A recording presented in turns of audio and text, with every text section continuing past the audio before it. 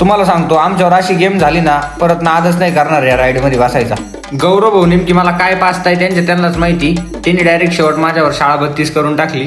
हा तर डायरेक्ट जेठालाल दिसतोय, तिघं पण आपली चड्डी घालून रेडी झाली वॉटर ऍक्टिव्हिटीज करण्यासाठी। तर कसं आहे पब्लिक, तुमचा लाडका अभि आणि आज आपल्याला गोव्याला येऊन झाले 2 दिवस।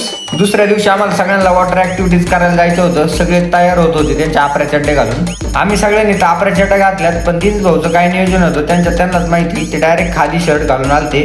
म्हटलं आता यांची बरोबर आळपुटी होणार। इकडे आमची एसटी येऊन रेडी झाली, म्हटलं पटपट सगळेजण बसून घ्या, आपल्याला लवकर पोहोचायचंय।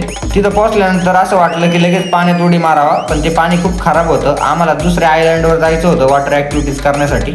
आपण लहानपणीच्या कागदाच्या होड्या बनवायचा ना, तसल्या होडीमध्ये आम्हाला घेऊन चालले। चारही बाजूला पाणीच होतं, कुठं घेऊन चालले ती काहीच कळना आम्हाला। फायनली 1.5-2 तासाच्या प्रवासानंतर त्यांनी आम्हाला कुठेतरी आणून सोडलं।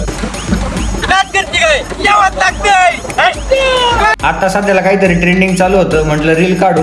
आमच्या ग्रुपमध्ये कोणती बी राईड असू पहिल्यांदा मीच करणार असं त्यांचं ठरलेलं होतं। आता काय मला माहित नव्हतं आकाशा नेणार आहे कुठं नेणार आहे। त्या बाबाला म्हटलं जर मला समुद्रात जाऊन सोडलं तर मग तुला बी सुट्टी नाही, मग कोणाला सुट्टी नाही।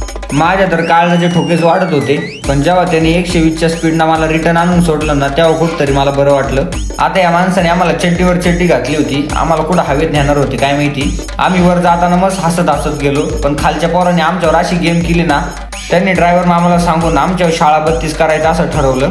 त्यांनी मस्त आम्हाला 100 फूट वर नेलं, पण खाली असं आणलं ना, पोरांनी सांगितलं की 4-5 वेळेस त्यांना पाणी पाजा। आम्हाला डायरेक्ट 11-12 वेळेस त्यांनी पाणी पाजलं। जसं आम्हाला उचलून आपटायचे, नुसते उचलायचे नुसते आपटायचे, नुसते उचलायचे नुसते आपटायचे।